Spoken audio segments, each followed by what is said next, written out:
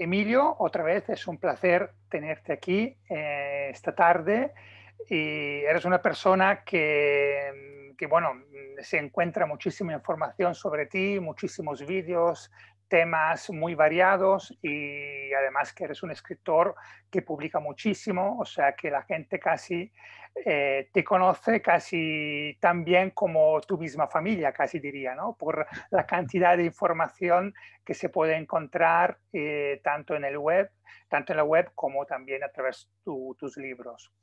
Y bueno, yo como te estaba comentando ahora, que antes de empezar, que me he acercado al mundo de la espiritualidad hace relativamente poco y entonces me gustaría que la gente pudiera escuchar de ti los temas que vas compartiendo y sobre todo a mí un tema que me ha sorprendido y que me sigue, digamos, impresionando es cuando entramos poco a poco en lo que es la conciencia y tú sueles hablar mucho del planeta Tierra, que forma parte de una galaxia y que la galaxia hay 2 billones de galaxias y entonces, claro, frente a estos números, digamos, nosotros somos unos seres pequeñitos y casi todo el ego, todo lo que queremos, la importancia que nos queremos dar en frente a estos números, realmente somos casi insignificantes. A partir de aquí, ¿cómo podemos, digamos, frente a tanta grandeza, tener nosotros un papel en nuestra vida y que tenga, y sobre todo que tenga, o sea, cómo poner nuestro lugar en ese sistema tan difícil de imaginar? Estupendo, Augusto. Es un tema potentísimo, que no lo abordo con demasiada frecuencia porque no me lo piden las personas con las que comparto encuentros online, como estoy haciendo ahora contigo, y que te agradezco que lo saques porque es un tema personalmente considero que es fundamental, enormemente importante para lo que es nuestra vida cotidiana, aunque no lo parezca, aunque hablar de planetas, de galaxias, etcétera, parezca un tema muy lejano, sin embargo tiene una gran repercusión en nuestra vida cotidiana. Así que te agradezco este encuentro y te agradezco además que arranquemos con este asunto. Eh, Me gusta compartir, de hecho, en los másters que doy en distintas ciudades de España, es por donde suelo empezar. Me gusta compartir que desde tiempos remotos la humanidad ha ido poniendo de manifiesto una sabiduría que algunos lo llaman una sabiduría ancestral, una sabiduría primordial, una sabiduría perenne, de la que han ido bebiendo el conjunto de las escuelas espirituales y filosóficas y la práctica totalidad de los sabios y sabias que han ido apareciendo durante la historia en las distintas épocas y en las distintas culturas. En esa sabiduría primordial, lo que es su cuerpo teórico y práctico, uno de los componentes son los denominados principios herméticos. Unos principios herméticos que se atribuyen a un gran sabio de la antigüedad llamado Hermes Trismegisto, que se compendian en un documento que se publicó por primera vez en el año 1908, que es el Kybalión. El caso es que en ese Kybalión se hace un resumen de los 7 principios herméticos fundamentales. Están a disposición de cualquier persona, puesto que el Kybalión está en la red, está en Internet gratuitamente y cualquiera puede acercarse a ese libro, que no tiene una autoría concreta porque lo firman 3 autodenominados iniciados, y eso está a disposición de cualquiera. No es un libro largo, es un libro intenso, pero no es largo, donde se resumen los 7 principios herméticos. Pues bien, Augusto, hay un principio que hace como encaje, como de engrase a esos 7 principios herméticos. También lo podríamos denominar principio hermético, principio de la sabiduría primordial a la que acabo de hacer referencia. Y dice textualmente: todo es suma de partes y forma parte de una suma superior, aunque cada parte es a su vez el todo. No es muy largo, es sencillo de recordar. La cuestión está en interiorizarlo. Todo es suma de partes, forma parte de una suma superior, aunque cada parte es a su vez el todo. Por ejemplo, nos miramos a nosotros mismos. Cualquier ser humano, obviamente, es suma de partes. Dice la biología que tenemos varias decenas de millones, perdón, de billones con B, varias decenas de billones de células. Todas ellas nos constituyen. Las células se agrupan en tejidos, en órganos, y eso da lugar por fin al ser humano. La realidad, Augusto, es que el ser humano es un enorme universo, porque cada una de esas decenas de billones de células, cada una de ellas, tiene miles de componentes genéticos de nuestro ADN, tienen su núcleo, tienen su membrana, son como una especie, yo no sé si llamarlo de sistemas solares o de galaxias dentro de nosotros mismos. No me extiendo porque creo que esto es algo comúnmente conocido, el hecho de que nuestra composición humana, nuestra configuración humana biológica, anatómica, es suma de partes. Por otra parte, cualquiera de nosotros sabemos que formamos parte de una suma superior, la humanidad. La humanidad somos actualmente 7.800 millones de seres humanos, con lo que en ti, Augusto, en mí, Emilio, se cumplen perfectamente los postulados con los que arranca este principio. Todo es suma de partes, tú y yo, y cualquier persona que vea este vídeo, es suma de partes y formamos parte de una suma superior, la humanidad. Como la humanidad forma parte de la vida en el planeta Tierra forma parte del sistema solar en el que la Tierra es un planeta más de su sistema planetario, el sistema solar en el que estamos integrados forma parte de una galaxia, etcétera, etcétera. Creo que, por tanto, el arranque del principio es fácil de entender y lo observamos por donde quiera que miramos. Todo es suma de partes y forma parte de una suma superior.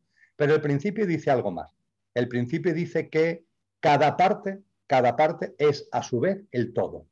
No solo es que todo sea suma de parte, todo forme parte de una suma superior, sino que cada parte es a su vez el todo. Es como si, metafóricamente, como símil, fuera una enorme esfera donde cada punto intrínsecamente es la esfera misma.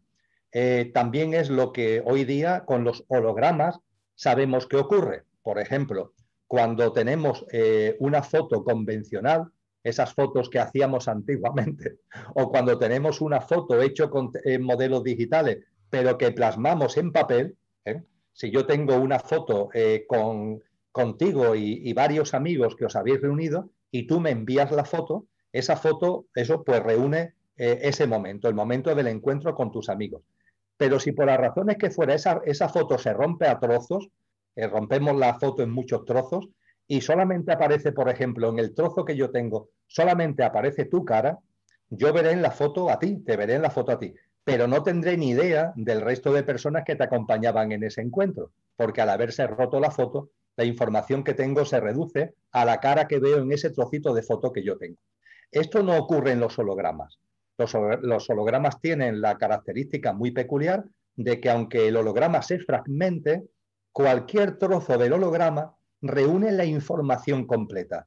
A través de cualquier fragmento del holograma podemos extraer toda la información del conjunto del holograma. Es un tema apasionante. Cuando empecé a estudiar los principios, la teoría del principio holográfico, cuando empecé a estudiar todo el funcionamiento del holograma, me fascinó, porque el holograma pone muy bien de manifiesto, en comparación con las fotos en papel, pone muy bien de manifiesto la realidad que este principio postula, de que todo está todo, que cada parte es a su vez el todo, de tal forma que ese fragmento del holograma contiene la información y puedes extraer la información del conjunto, de la totalidad.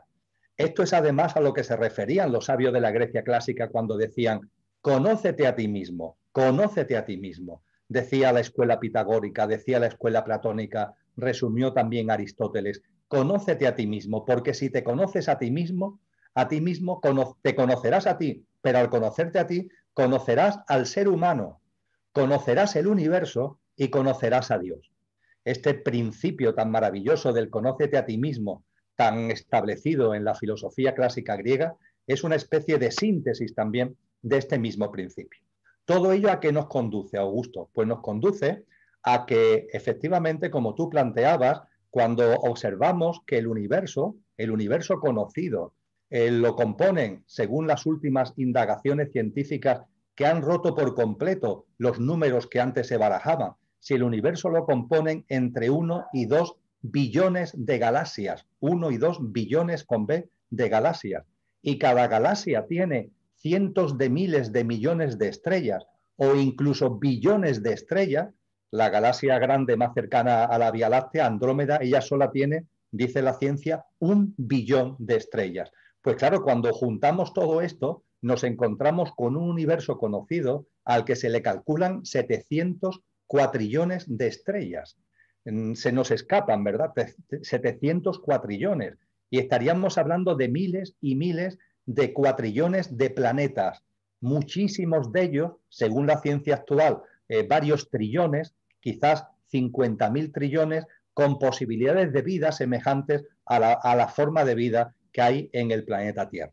Entonces, cuando contemplamos esta inmensidad, cuando contemplamos que además científicos de renombre como Stephen Hawking, en su último artículo, el artículo que salió publicado una vez que había fallecido, hecho con un colaborador suyo, cuando hay cada vez más científicos que nos dicen que además este universo no es el único universo, sino que hay muchos universos. Dice Hawking en su último artículo, Stephen Hawking, hay muchos universos. No creemos que haya un número infinito, sino un número finito de universos, pero hay muchos universos. Este universo es como una burbuja en una sopa de burbujas. Claro, cuando todo esto lo tenemos delante, puede conducirnos a esa especie de ninguneo propio, es decir, de entender que no somos nada.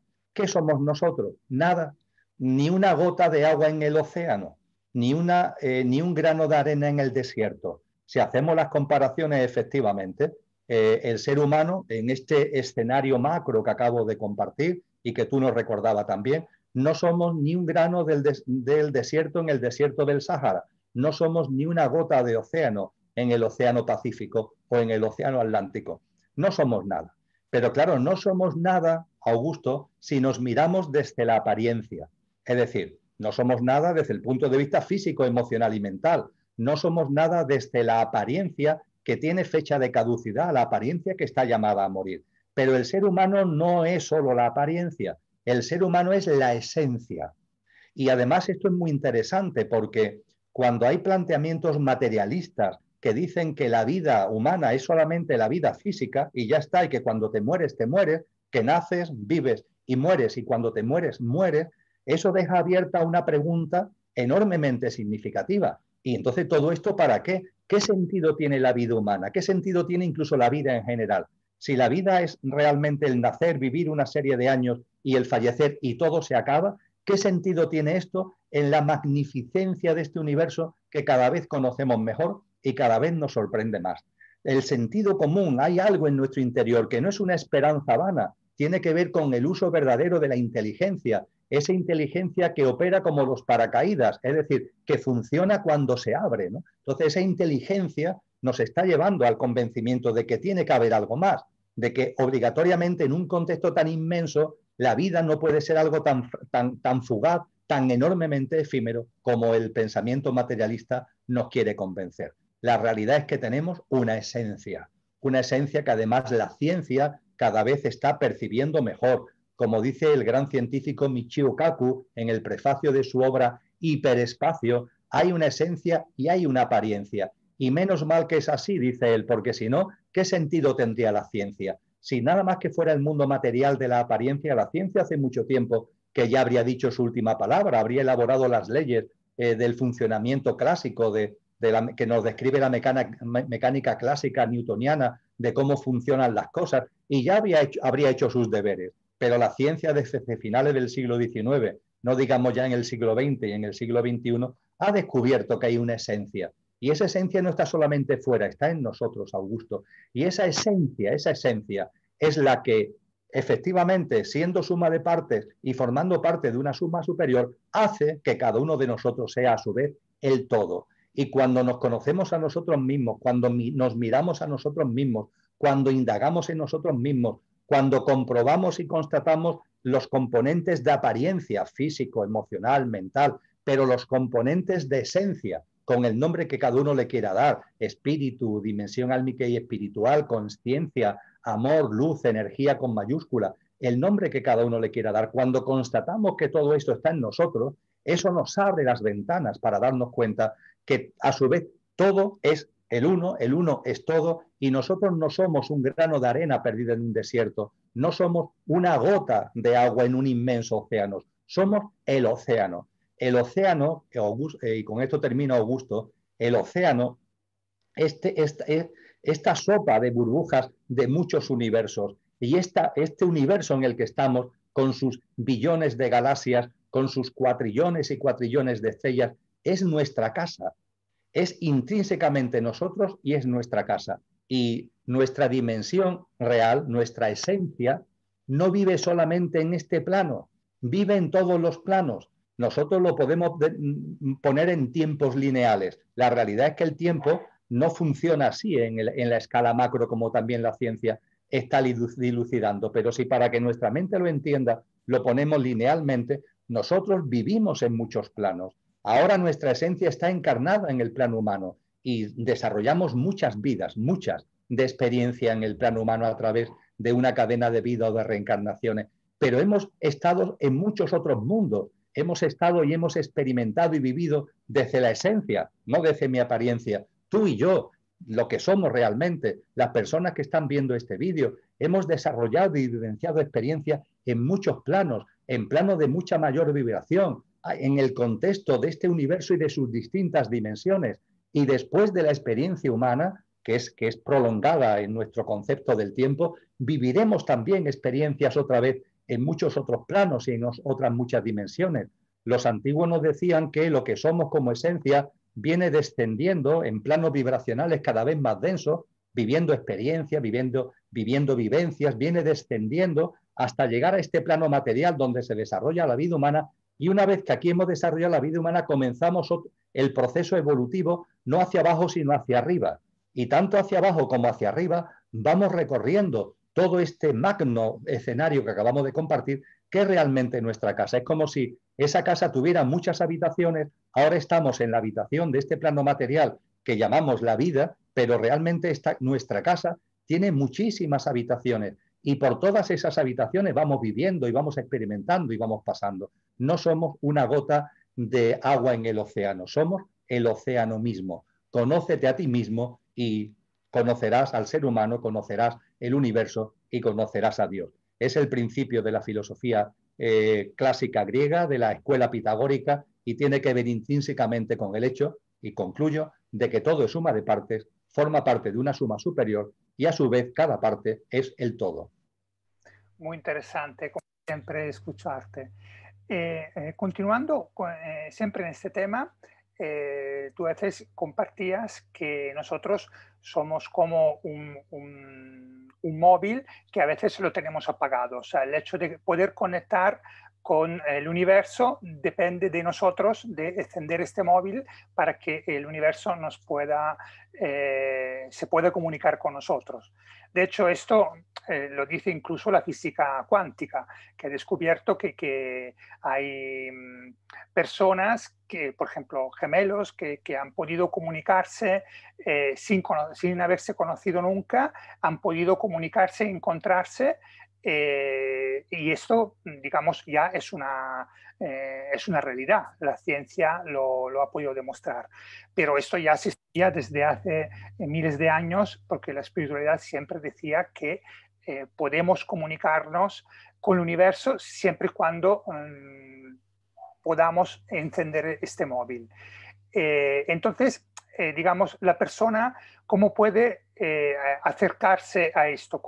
¿Cuáles serían los pasos a seguir para que se pueda conectar, digamos, encender su móvil, para quedarnos en el ejemplo? Muy bien.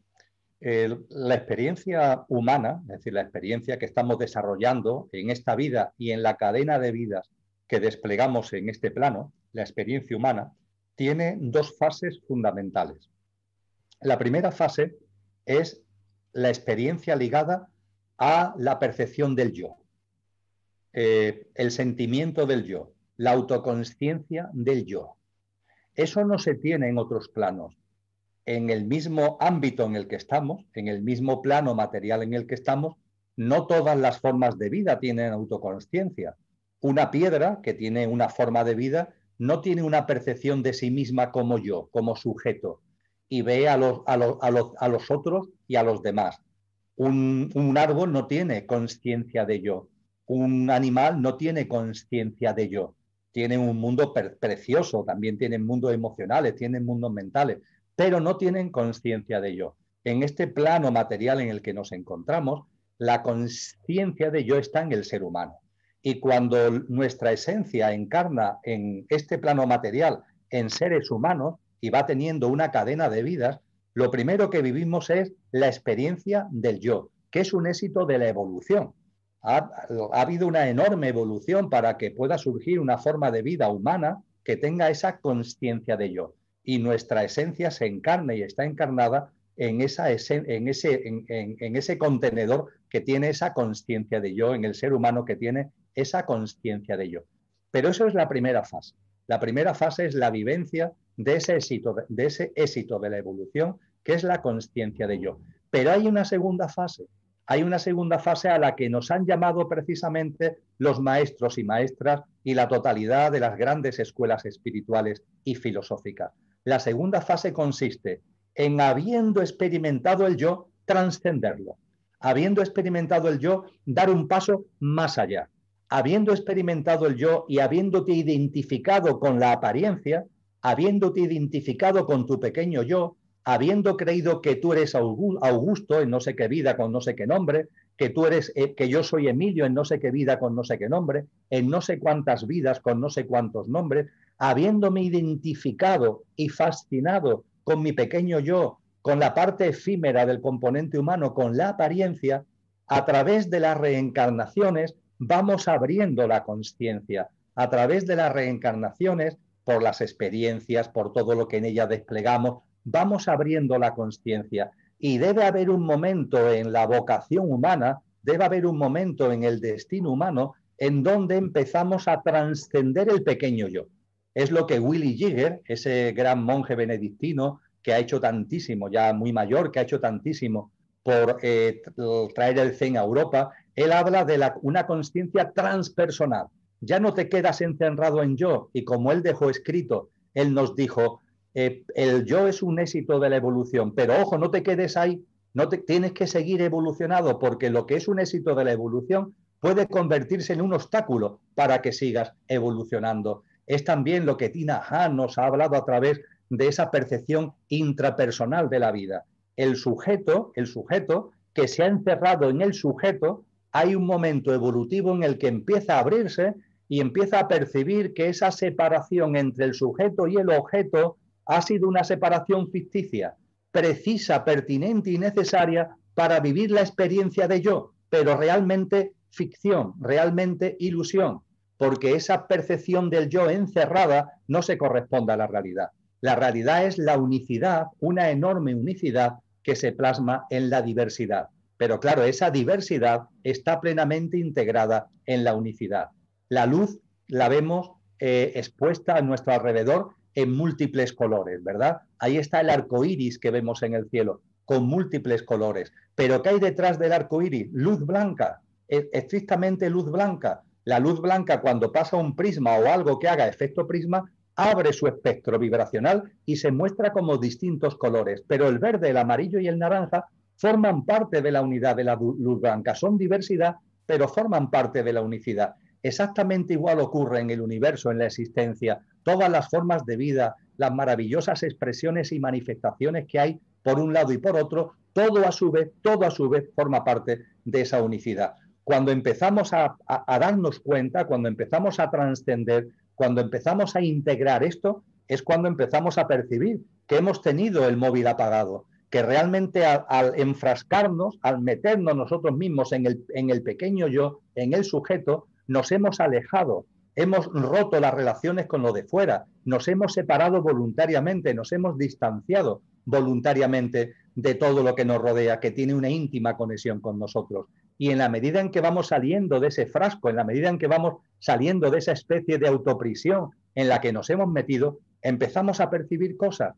Empezamos a percibir que en la vida no hay casualidades, sino causalidades. empezamos a percibir que todo tiene su sentido profundo, que todo tiene su porqué y su para qué, empezamos a darnos cuenta que la vida está llena de señales, empezamos a percibir los patrones, las pautas que hay en la vida, empezamos a sentirnos como forma de vida de algo más, empezamos a sentir que el sentido de mi vida lo tengo que hallar en el sentido de la vida y que una vez que encuentre el sentido de la vida, ahí encontraré el sentido de mi vida, pero que nadie puede encontrar el sentido de su vida si no es comprendiendo antes el sentido de la vida, con cosas, por ejemplo, como las que estamos hablando, Augusto. Y por fin, ¿cómo se produce esta apertura?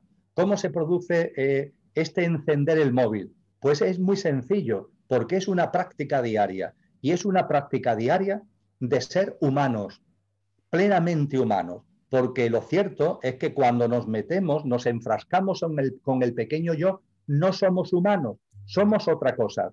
Practicamos cuando nos aferramos al sujeto, cuando nos encerramos en el sujeto, realmente no estamos viviendo la vida humana, estamos viviendo una individualidad. Y la palabra lo dice todo, individualidad.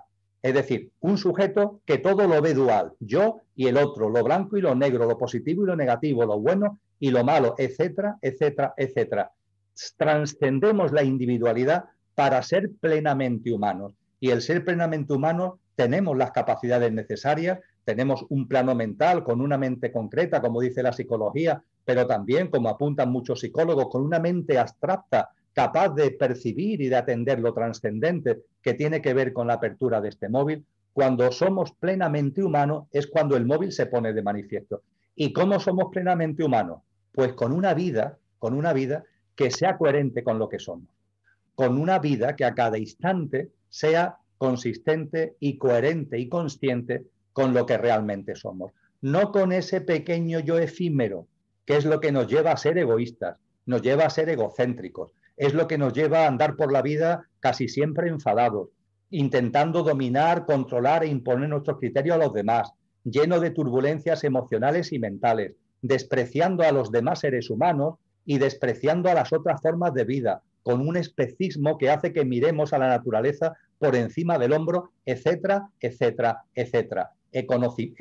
El economicismo, el productivismo ciego, la distracción lela, el entretenimiento tonto, etcétera, etcétera, etcétera. El enfrascarnos en ese pequeño yo, que insisto, es un éxito de la evolución hasta que se convierte en un obstáculo, nos lleva a una forma de vida que nos hace daño a nosotros y hace daño a los demás. Una forma de vida deshumanizada y desnaturalizada que tiene como conclusión el sufrimiento, la alienación y el sufrimiento, que son las dos grandes características todavía de la actual humanidad. Mucho sufrimiento y mucho olvido de lo que somos y mucha falta de conciencia con relación a la realidad. Cuando todo eso lo vamos dejando atrás, ¿cómo? Con una práctica de vida.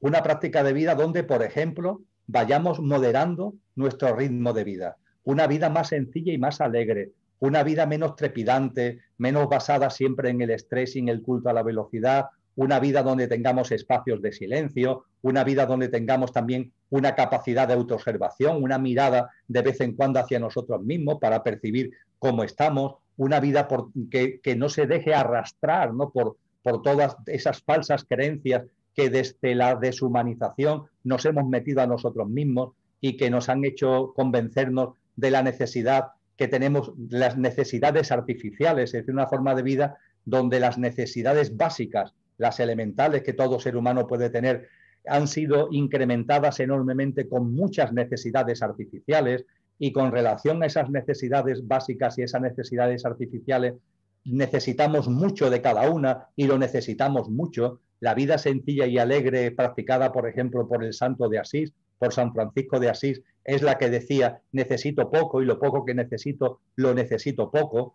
Tener un consumo responsable, un consumo que nos haga consciente del impacto que ello tiene en la ecología y tiene en la naturaleza, la alimentación, intentar tener una atención a nuestra salud, que nuestra salud no signifique nuestro desempoderamiento, es decir, nos ponemos en manos de otros que son los que entienden de la salud y yo me olvido de mi salud, ¿no? La salud es tu responsabilidad, tienes que tener una práctica de vida saludable, tienes que tener una atención a tu alimentación, tienes que conocerte y a partir de ahí tú mismo cuidar tu salud, el entendimiento de que a través de la alimentación no podemos dañar a otras formas de vida, el comprender que la ingestión de cadáveres de seres vivos muertos no nos aportan nutrientes, sino que nos densifica vibracionalmente, las relaciones con los demás, como antes apuntaba, no basarla en la imposición, sino en la empatía, en la tolerancia, en el respeto, en la comprensión. Te estoy poniendo ejemplo, Augusto, podría seguir horas hablando de esto,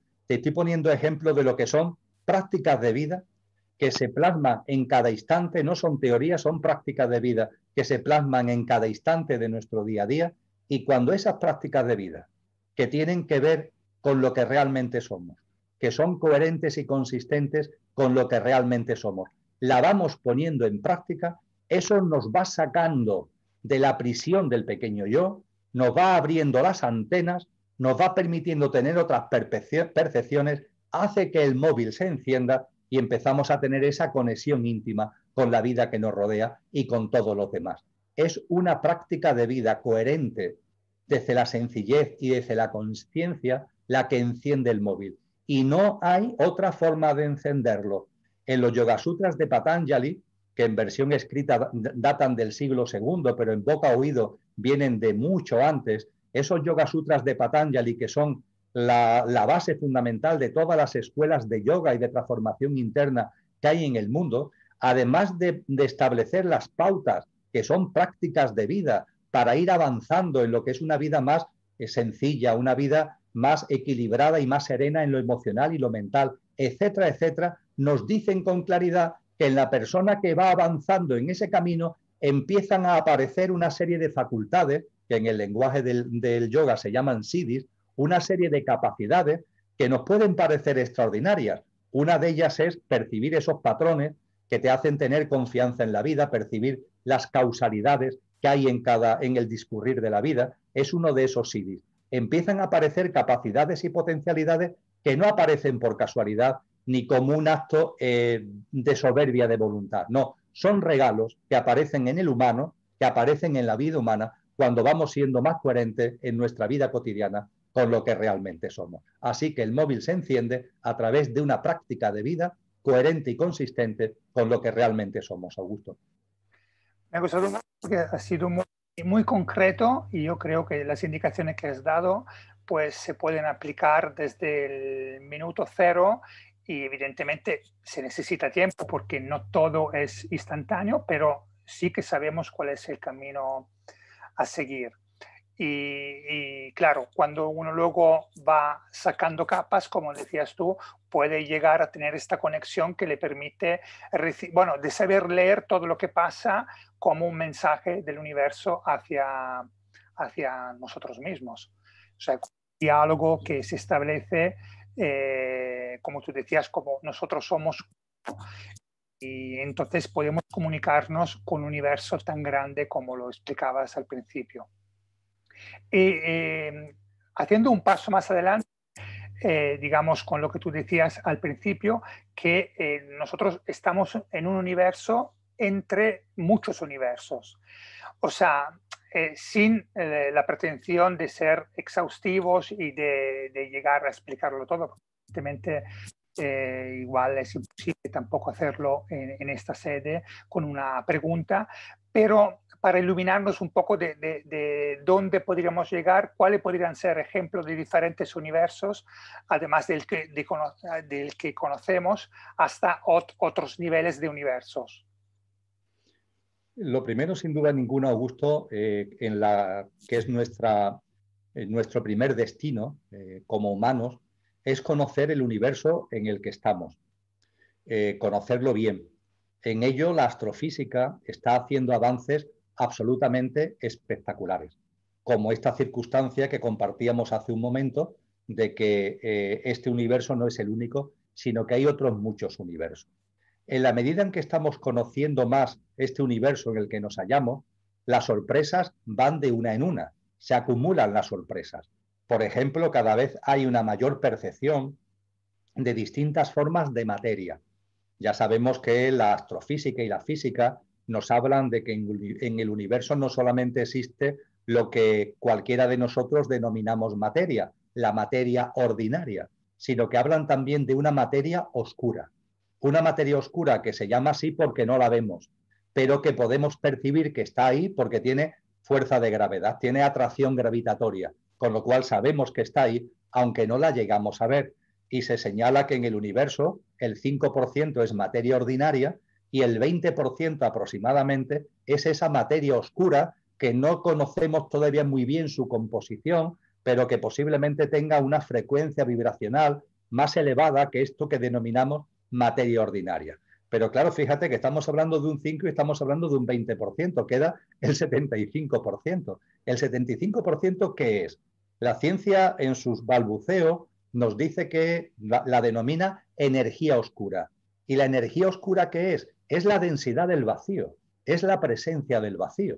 Es decir, la ciencia cada vez percibe más que además de la materia en su versión ordinaria y en su versión materia oscura, en el universo hay subyacente un vacío y ese vacío tiene una presencia, ese vacío tiene una energía y habla de que la densidad de la energía, la densidad de energía del vacío es muy pequeña pero es positiva, es decir, tiene un valor, y muy difícil posiblemente de medir con precisión, pero tiene un valor. Y a esa presencia del vacío, que es lo que hace, por ejemplo, que en la potencia de esta energía del vacío que nos dice la ciencia que es no atractiva como es la fuerza de la gravedad, sino que es repulsiva, es lo que está haciendo que el universo se siga expandiendo y que las galaxias se estén alejando las unas de las otras, porque si lo piensas, las galaxias, grandes acumulaciones de masa, deberían atraerse y sin embargo se están alejando. Y la responsabilidad de esa separación, de ese alejamiento, parece que está en esa energía oscura que tiene mucho que ver con el vacío y que tiene una fuerza no atractiva, sino repulsiva. Y en este macro contexto tan genial, Augusto, la ciencia empieza a percibir que además de la materia, también hay antimateria. Es uno de los grandes campos de investigación en este momento, la materia y la antimateria, con todo lo que esto puede dar de sí. Cuando leo textos modernos, textos contemporáneos del presente, de estos años, fíjate, se me vienen a la memoria una serie de televisión que yo recuerdo que veía cuando era muy adolescente, que era Star Trek. Star Trek ha tenido muchas versiones, ha tenido muchas secuelas, no creo que se le llaman, pero Star Trek lo primero fue lo primero, es decir, fue una serie que se lanzó en los años 70. Y la nave Enterprise, en esta serie de los años 70, funcionaba con base en el juego materia-antimateria. Es muy curioso que hay alguien, se le encendió una lucecita y cuando crea la ficción de la nave Enterprise en el contexto de la primera versión de Star Trek, los elementos tecnológicos de esa nave se basan precisamente en el juego de la materia y de la antimateria. Algo que ahora, medio siglo después, es uno de los grandes elementos de concentración de la ciencia.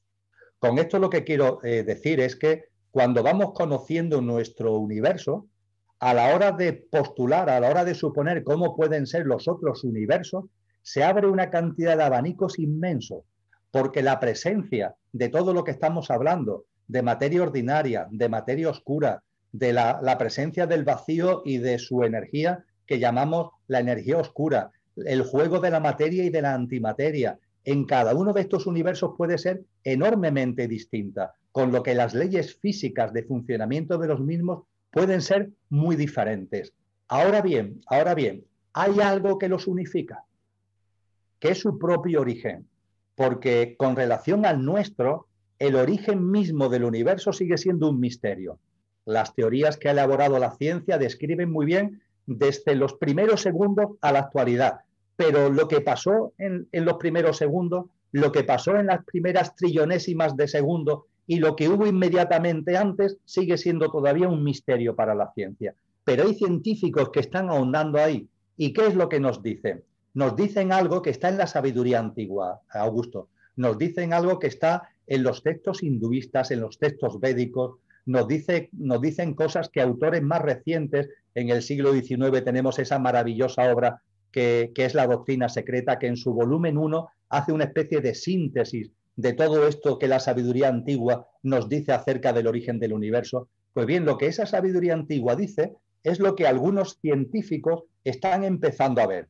Y es que todo subyace, lo que existe es una inmensa manta de vacío.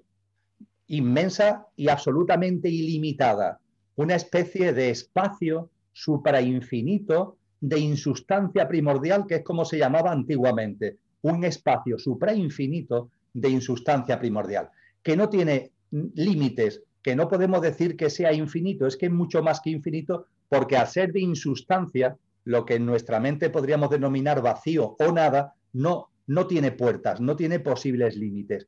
Pero ese vacío, como ya la ciencia sabe, no es estático, sino que tiene oscilaciones.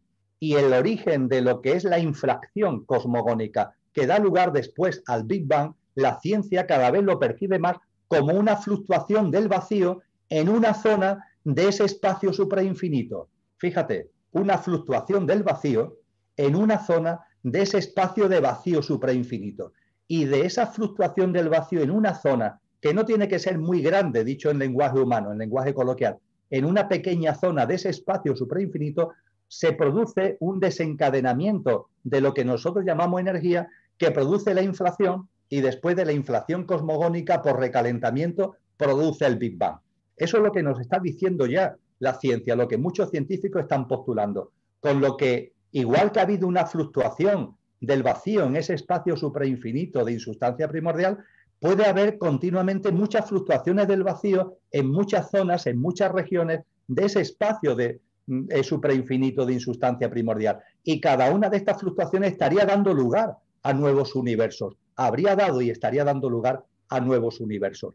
Con lo que, aunque efectivamente haya muchos universos, todos tienen una misma madre, todos tienen un mismo principio, todos tienen un mismo origen, que sería ese gran espacio suprainfinito de insustancia primordial, que es a lo que de alguna manera las escuelas espirituales se han acercado con el nombre de Dios. El nombre de Dios, que volviendo a la filosofía griega, es la causa primera, es decir, algo que no tiene origen y es origen de todo lo originado. Y con esto concluyo la respuesta a esta pregunta, Augusto, pero aprovechando el que le hayas hecho y lo que he respondido, para volver a la respuesta de la primera, cuando hablábamos de que todo es suma de partes y forma parte de una suma superior, aunque cada parte es a su vez el todo. ¿En qué sentido? En el sentido de que los grandes místicos, los grandes yogis, los grandes gurús, como queramos denominarlos según las distintas tradiciones, han tenido una trascendencia en procesos de meditación, que es lo que en Oriente llaman samadhi. Y aquí en Occidente se ha llamado éxtasis o alta contemplación. Y las experiencias de éxtasis, samadhi o alta contemplación no lo han tenido una o dos personas a lo largo de la historia de la humanidad. Ha habido un número significativo, no muchas, pero sí ha habido un número significativo de personas, y además han tenido la generosidad para intentar compartir con nosotros lo que se percibe de la realidad que se puede ver en esos estados donde nos liberamos por completo de la envoltura, donde es la definición de samadhi, nos fusionamos con la realidad y vemos lo que realmente es.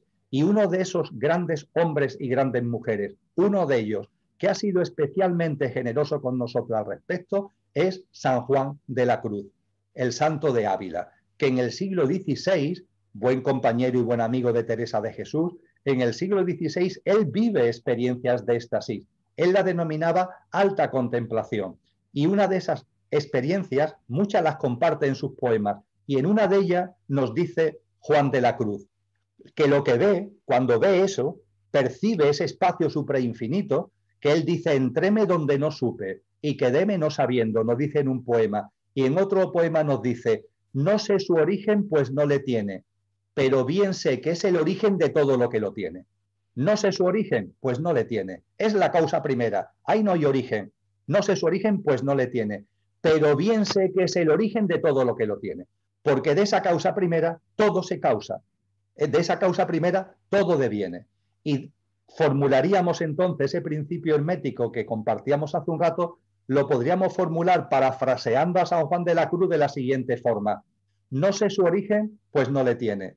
Eso que no tiene origen es origen de todo lo originado y está presente, inmanente en todo lo originado. Lo que no tiene origen es origen de todo lo originado y está presente, inmanente en todo lo originado. Precisamente por eso cada parte es a su vez el todo, porque lo que no tiene origen y es origen de todo lo originado, está presente e inmanente en todo lo originado, con lo que ese espacio suprainfinito de insustancia primordial, esa divinidad, como cada uno quiera denominarlo, que nos puede parecer algo muy ajeno a nosotros, es nosotros mismos, está presente e inmanente en nosotros mismos y es lo que hace, como comentábamos también hace un rato, que no seamos una gota de agua en el océano, sino que somos el océano mismo. Pues muy interesante y bueno, muy complejo bien todo el panorama que nos has explicado, pero bueno, que en el fondo es muy sencillo, o sea, que nosotros somos la gota y somos el océano a la vez. O sea, las dos cosas se pueden resumir con esta frase muy sencilla en el fondo. Y volviendo, digamos, al tema de los universos, pero en tema un poco más espiritual, o sea, trascendiendo los universos tal como los es ahora, por ejemplo, lo que son las posibilidades de conectarnos con un universo, digamos que es el actual, pero donde no hay espacio-tiempo. Me refiero, por ejemplo, a la posibilidad que personas pueden en este mismo universo pues ver lo que está sucediendo en el pasado y en el futuro y lo ven como si fuera una película que ya está escrita. Entonces, esto, claro, puede ser sorprendente porque anula todas las leyes de la física, donde nosotros consideramos que una cosa ha pasado y ya no existe, y una cosa que tiene que pasar todavía no ha pasado. Por otro lado, hay personas que sí tienen este poder de poder conectarse con otro plan donde pueden ver el pasado y el futuro a la vez como si fuera una película que ya está, digamos, realizada. ¿Esto cómo lo podríamos explicar para que tenga un sentido y podamos darle un significado dentro de todo lo que hemos dicho hasta ahora? La ciencia actualmente, hablábamos antes de la atención que hay acerca de la antimateria, los debates que esto ha abierto, las indagaciones que empieza a hacer sobre el origen y el preorigen de este universo, lo que podríamos denominar el universo primordial. Y también entre los campos más apasionantes que está tocando la ciencia en el momento presente es precisamente el que tú planteas, el tiempo. ¿Qué es el tiempo? Sabemos que los postulados científicos han manejado durante una época la hipótesis del tiempo como algo absoluto. Junto con esa hipótesis del tiempo como algo absoluto, se maneja también la hipótesis del tiempo como algo relativo. ¿Qué es el tiempo absoluto o relativo? Cada vez son más los conocimientos científicos que nos acercan a la relatividad del tiempo. Pero ¿cómo funciona exactamente esa relatividad? ¿Cuáles son los parámetros que influyen en ello? La sabiduría primordial, la sabiduría antigua nos dice que el tiempo existe en todo el universo, pero se plasma de formas distintas según los distintos planos dimensionales. Es decir, que la noción de tiempo existe en todos sitios, pero no en todos sitios el tiempo ni se ve ni se computa de la misma manera. Y esto que acabo de compartir, tanto de la ciencia contemporánea como de la sabiduría antigua, que puede parecernos muy extraño, hay obras de arte hechas por el ser humano recientemente que nos ayudan a entenderlo muy bien. Y me refiero en particular como obra de arte a una película. Una película que podemos ver, una película que es moderna, no sé cuántos años tiene, pero no tiene mucho, que se titula Interestelar. Interestelar. En la película Interestelar tiene un único pero que yo le pondría, que es excesivamente larga. Y la parte más apasionante de la misma se pone de manifiesto al final. Y aunque voy a contar el final, la realidad, muy brevemente por supuesto, merece la pena ver la película, aunque sea larga, aunque sepas el final. Porque va a servir para que esta percepción del tiempo como algo que no es absoluto quede muy bien integrada en nuestra vida. Porque en la película hay una misión espacial que cruza un agujero negro buscando planetas donde la humanidad pueda emigrar para seguir sobreviviendo porque el hábitat ecológico de vida en este planeta definitivamente lo hemos destrozado. Y hay una misión espacial que, insisto, entra por un agujero negro para ir a los confines del universo a ver si pueden encontrar algún planeta que nos sirva como nueva casa, como nuevo hogar. Otro planeta al que destrozar.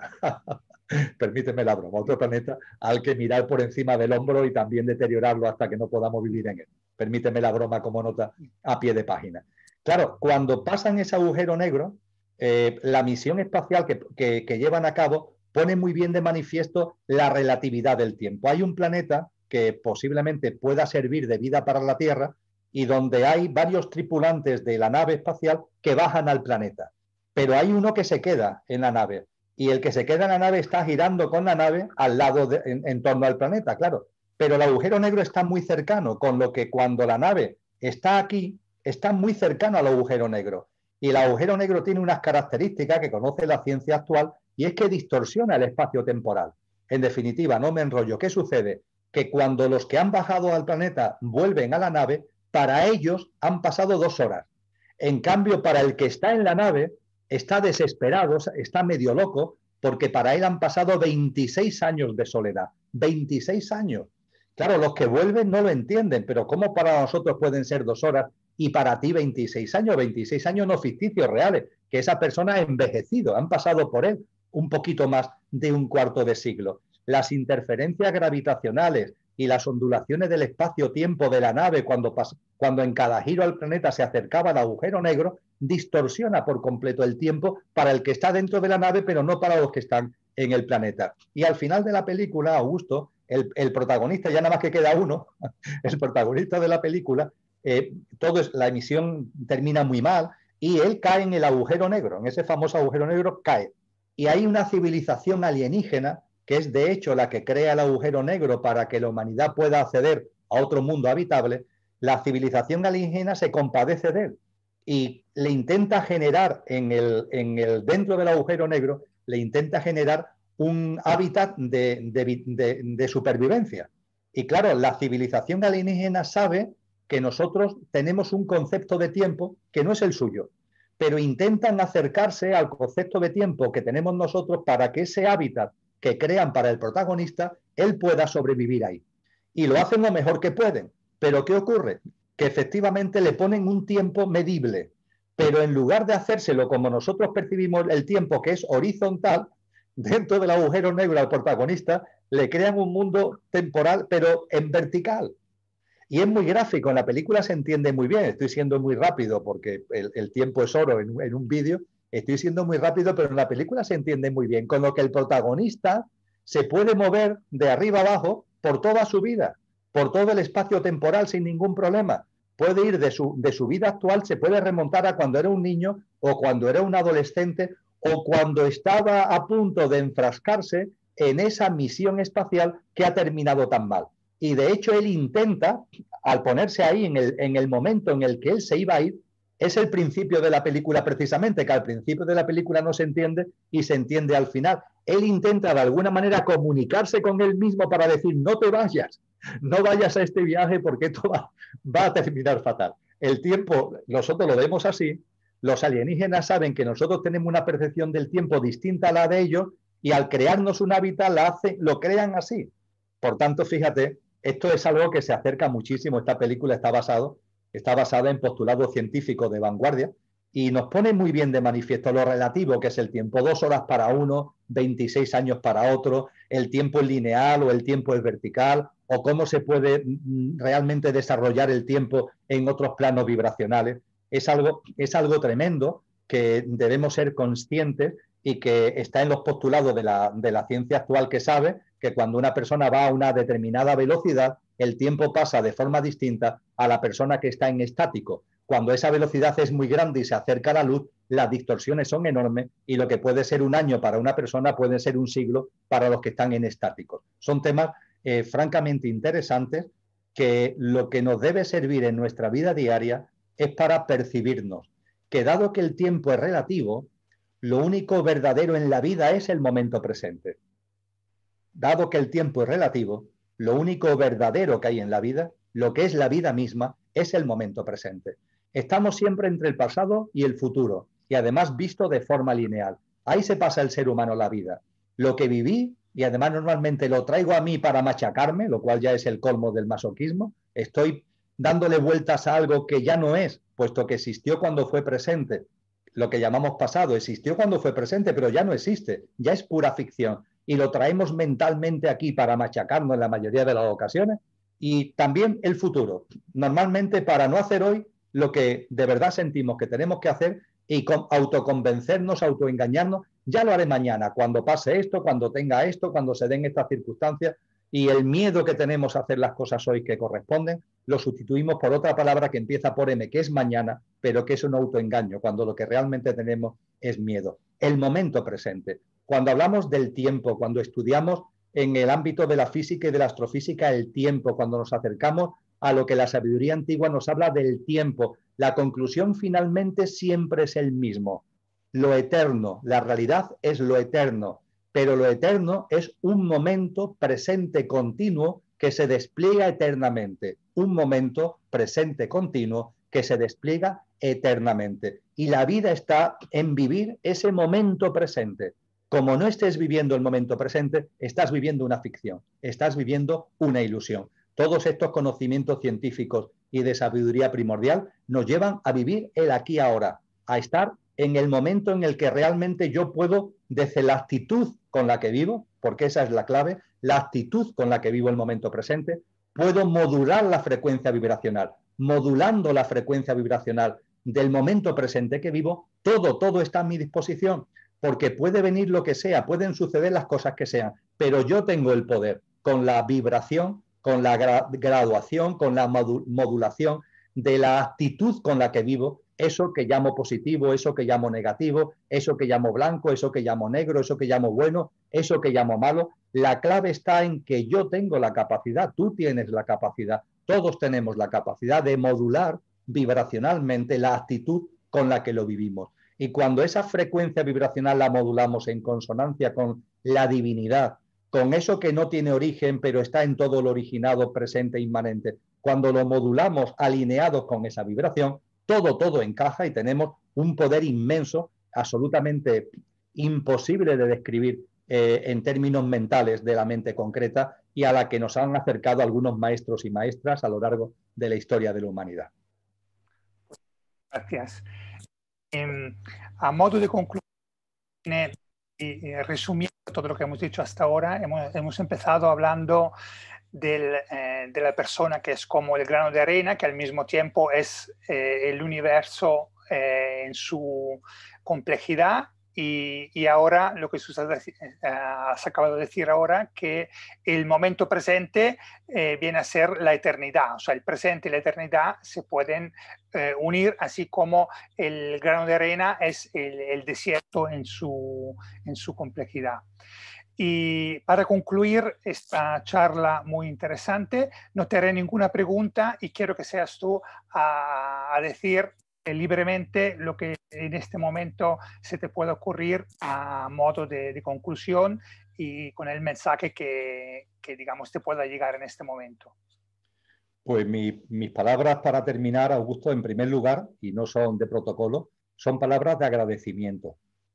¿Por qué? Porque mantengo muchos encuentros online, muchas entrevistas, pero este tipo de temas que tú has planteado, porque has tenido libre albedrío, has podido plantear los temas que consideraras oportunos y has planteado temas que no se suelen plantear y que son enormemente importantes.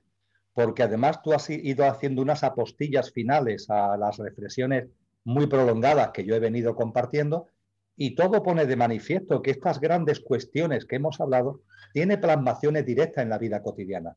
Esto es lo que tenemos que ser conscientes, que cuando uno va entendiendo lo que en la sabiduría antigua se llama la cosmogénesis, ese entendimiento de la cosmogénesis tiene plasmaciones muy directas en la vida cotidiana, para vivir de una manera más coherente con lo que somos, para vivir más centrados en el momento presente y en el aquí ahora, para entender el sentido de la vida, lo que los orientales llaman el Tao, el sentido de la vida, el orden natural de las cosas que deviene de todos estos procesos a los que hemos hecho referencia, y percibir cómo el sentido de tu vida tiene sentido en ese sentido de la vida y vivir lo más sensatamente posible. Vivir sensatamente es vivir alineados precisamente con ese sentido. Entonces te agradezco mucho que hayas sacado todas estas cuestiones a colación, porque no son comunes que se planteen, pero son de una enorme importancia y entiendo que no solamente de un interés así como etéreo, sino un interés con plasmaciones muy concretas. Y junto a esto, y para terminar, lo que hemos compartido creo que nos sirve para entender que el ser humano, en su discernimiento, el ser humano, en su proceso de expansión de la consciencia, ha utilizado siempre, siempre tres grandes, vamos a decirlo con más exactitud, cuatro grandes herramientas.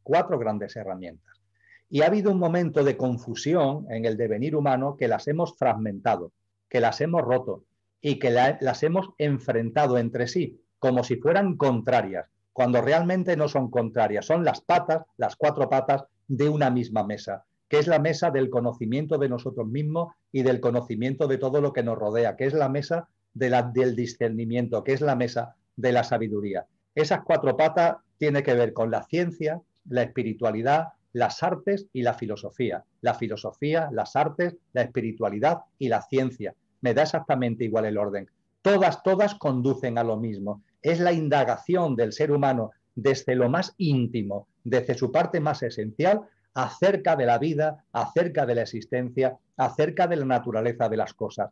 El ser humano, precisamente indagando desde la ciencia, la espiritualidad, las artes y la filosofía, ha sabido también trascender, ir más allá de ese pequeño yo al que anteriormente hacíamos referencia e ir poniendo de manifiesto una serie de cuestiones que cuando en lugar de pelear una cosa con la otra, ¿cuántas peleas ha habido entre la ciencia y la espiritualidad y la ciencia? Cuando en lugar de confrontarlas, lo que hacemos es unirlas, sumarlas, integrarlas, buscar el valor añadido de lo sinérgico y buscar el valor añadido de lo holístico, se nos abre un campo apasionante, un campo inmenso, donde las cuestiones grandes podemos empezar a entenderlas en nuestro mundo cotidiano. No en balde, por ejemplo, citaba un libro, y concluyo, Augusto, que es La doctrina secreta, un libro de finales del siglo XIX, escrito por Elena Blavatsky, cuyo tomo primero trata de cosmogénesis. Pues bien, en la sede de lo que es la Sociedad Teosófica Internacional en la India, en allá, en su biblioteca, está La doctrina secreta de Albert Einstein, es decir, el más grande científico del siglo XX, que marcó un antes y un después en la evolución de la ciencia tal como la entendemos. Era un estudioso de la sabiduría antigua.